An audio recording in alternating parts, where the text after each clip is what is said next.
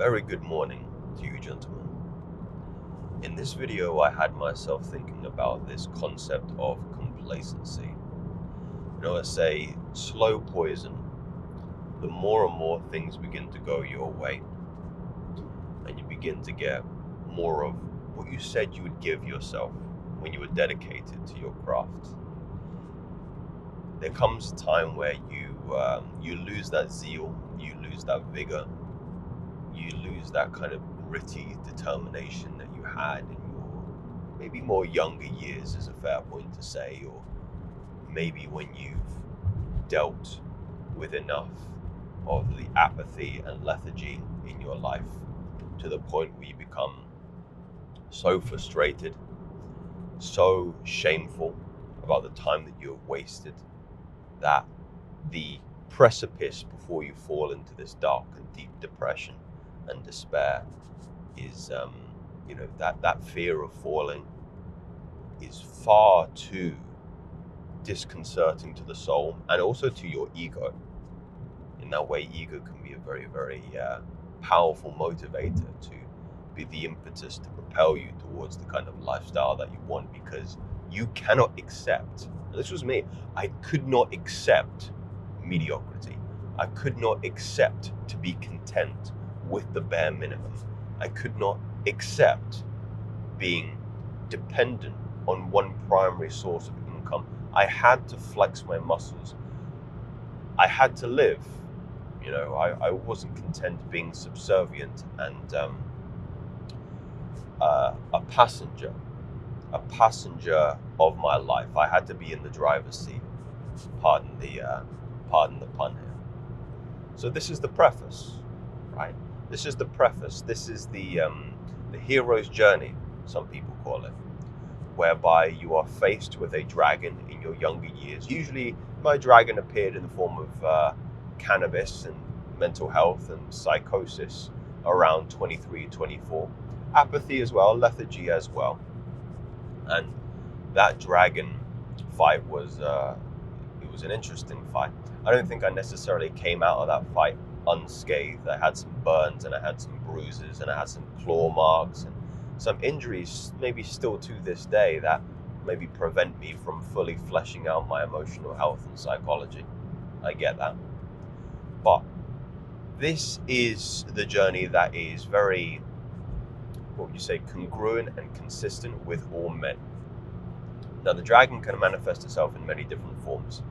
For me, it was drug use. For you, it might be maybe problems with women. Yeah, maybe your virginity. Maybe you have an issue speaking with women. Maybe your anxiety. Could be anything. And after you take up the strength and find the strength to pick up the sword and become the individual that you need to be, the battle is won. Or let's say it's going in a good direction. Maybe you surround your kingdom with gold, and maybe you marry a fair maiden. Then there becomes this very difficult period, this slow poison. And I think, I would use that word. It's maybe there's another knight in the village, or a knight who wants to usurp your throne, as it were. And over time, maybe across many banquets, across many feasts, he starts to maybe get his side chick, his side maiden, to start putting poison in your wine, in your flagon of ale, right? And over time, this is making you weaker. This is making you more emotionally compromised. This is making you rest on your laurels based on your previous strength. And I found myself thinking today about the time I spent after I got out of hospital when I was around 24. And I had this grit. I had that dog in me.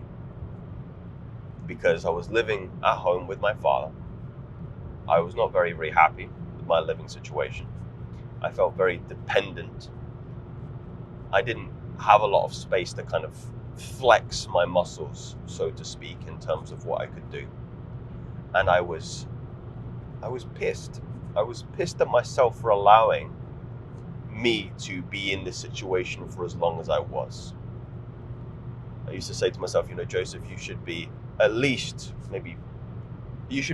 out of the father's home. You should be living by your own means, even if it's living maybe with some friends, but you should be living by yourself, and you should be making ends meet by yourself, paying for your own food, paying for your own bills, and being fully supportive of yourself. That was fundamentally the impetus behind the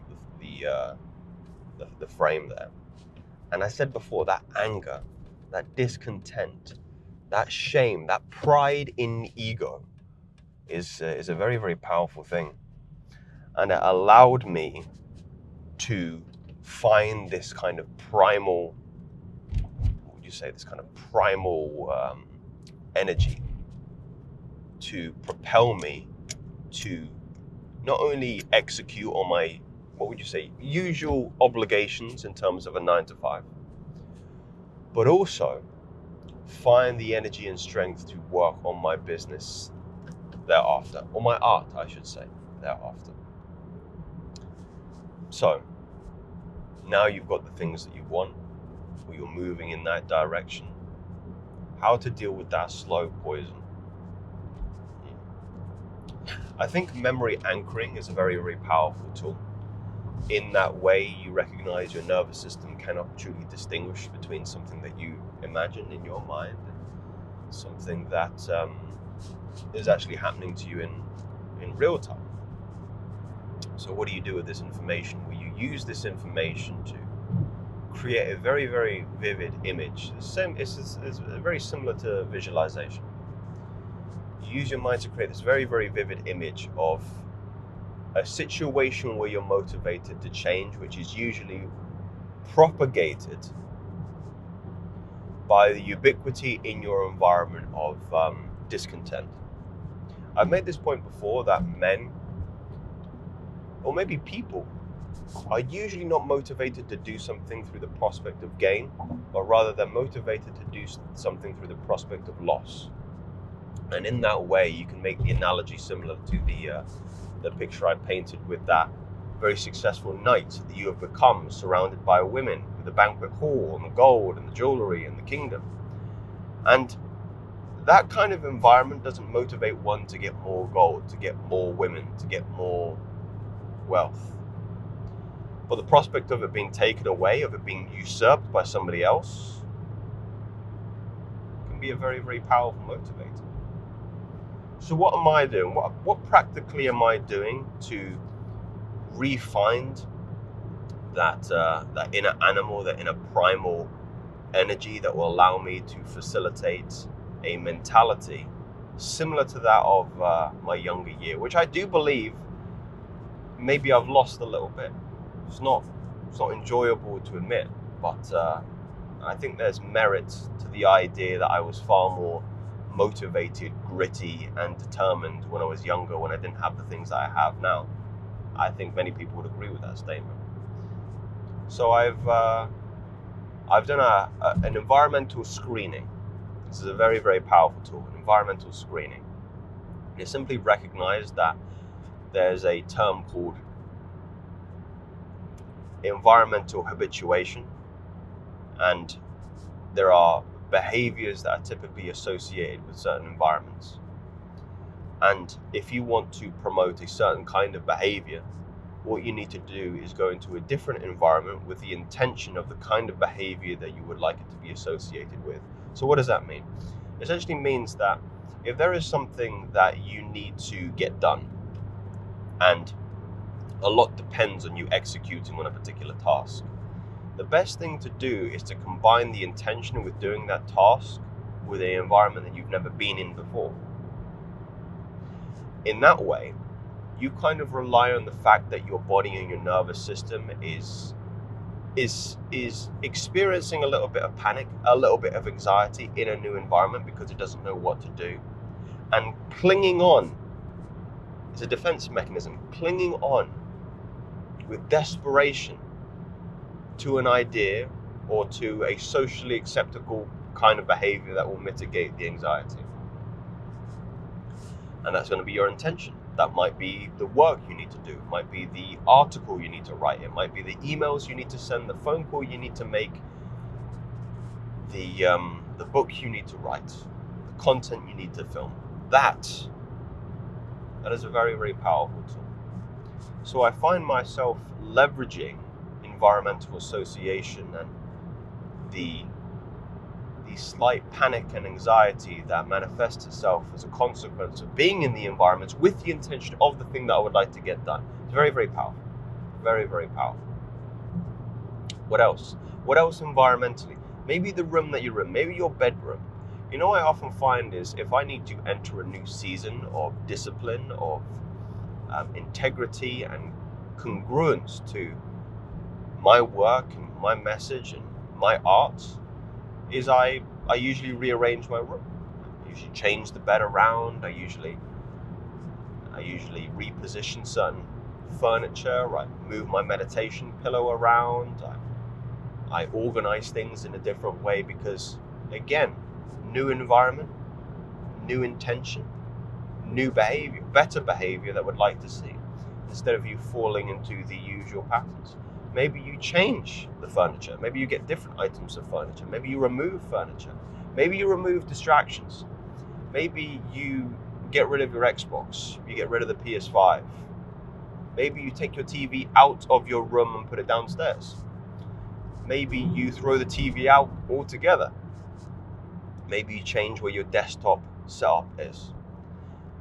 If you find yourself eating in front of the computer, maybe you start eating at the dinner table with a book to read for your entertainment instead of the entertainment on YouTube.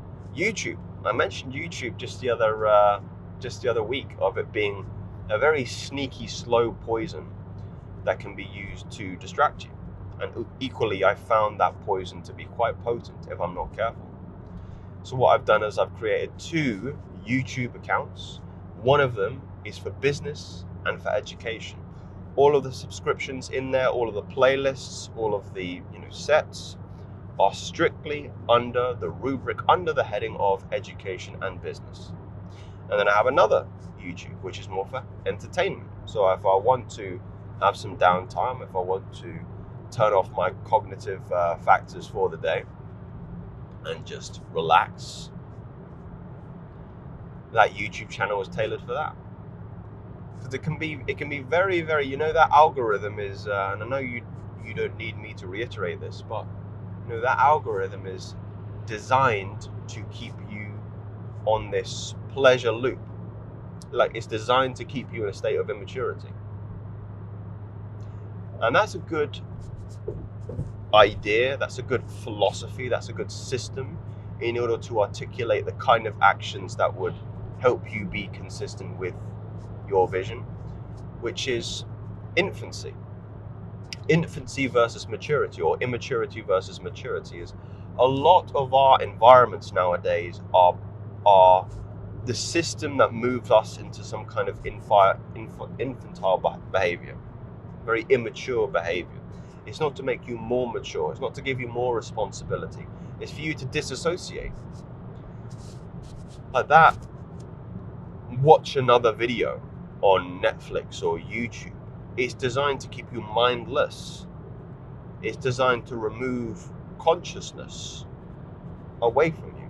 It's not designed to keep you in control, in a state of higher consciousness, with intention. Like, you ask yourself, for what purposes am I watching this video? Am I watching it for entertainment? Am I watching it for education? Am I watching it because I have no idea? It's just on. It's just a little bit of background noise. It's just there to kind of stop the thoughts. That's a really important point, because a lot of people, I have a lot of friends, and I used to get into this habit as well. It can be a dangerous one of just having something on in the background that's designed to keep you from thinking. Maybe to stop you thinking about the pain of your present circumstance. Like, imagine that. That if you think deeply enough about the reasons why you have a TV in your bedroom just on casually while you're scrolling on your phone, or else you have a TV on while you're looking at your laptop and doing something else, not fully concerned about what's on the TV. is because you're trying to dim and dull your thought process. Because if you have a lot of space to think, you typically, because your mind is a survival working machine, as a survival ensuring machine, it will start to bring focus and attention on the things that are threatening your body's survival. So it starts going, you don't have a good income, you cannot put food on the table, you cannot provide for yourself, you don't have a girlfriend, you can't reproduce, you can't make a family, other people are thinking that you're an incel. And these thoughts, they hurt, they start to stab at your soul. Sorry, I had the mic there. They start to really impact the soul and the ego as well, your human ego, which we all know can be very, very precious at times. So that silence, and I believe there's a quote that I have what you say, emanated on. No, that's not the word. It is iterated on, which is, most man's struggles stem from the idea that he can't spend 20 minutes in alone with his thoughts. Because it's painful. It's not a pleasant task to sit and mull over or allow those invasive thoughts in, which are going to be the impetus for you getting to the next level. And this made me think about another tweet that I've made, which is, the answer to your questions are usually in the areas that you don't want to look. I mean, really, really meditate on that idea. The answers to your questions are in the areas that you don't want to look. So all the problems, a lot of problems that you're not facing, people are kind of stuffing them in their closets or under the bed. Like, you ever tried to tidy or your mum tells you to tidy your room when you're younger, and all you do is you take all the clothes that are on that chair and you just shove them in the closet, or you shove them under the bed. You don't deal with them properly. Or you don't actually get the shirt out and go, right, this needs to be washed, or this is good, this can go back on the hanger. No, you just shove them to the side and you don't really deal with it. You make it appear on the surface like your life is going great and that you're dealing with these things properly, but if you actually looked behind the scenes, you are not coping well at all. You are not coping well at all. And that is the process. So cleaning out your closet, as it were, thinking about that Eminem song, Cleaning Out the Closet, is the art of allowing yourself the space to think.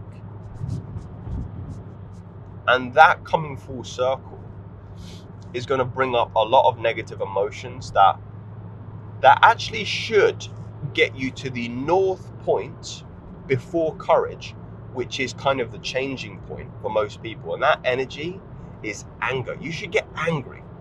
You should get furious. I told you before, when I got out of hospital, the emotion that was most tangible for me was anger. I was angry at my situation. A lot of you guys are suppressing your anger by not allowing yourselves room to think and ruminate. You're kind of escapism is the word. That's the term I was looking for. We're fueling a lot of our energies into escapism, into the video games, into the TV, into all these other distractions. And it suppresses the very energy and life force you need in order to make your situation better.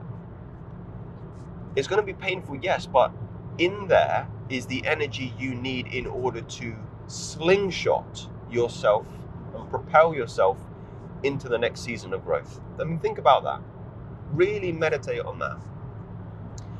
Tearing off that band-aid, it's going to be painful, but you need to look at the wound that you have, because right now a lot of your wounds are infected.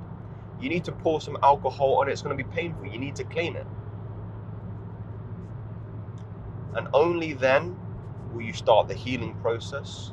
Only then will you repair that area of injury to your body that can fully integrate back into you as that warrior. It's like you've got a shoulder injury that you're not dealing with. And only until you start to do your rehab, you go, oh, I'm stronger now. Like, I can actually use my shoulder to start to fight. Right now I was handicapped. Like a lot of you are handicapped. You need to deal with it. And that is the dragon. That is going down into the dungeons, into the lair, into the darkness. Nobody wants to go down there. It's terrifying. It's going to be painful. But it is exactly what you need to level up out of this complacency. These are not theories. These are facts. Speak soon.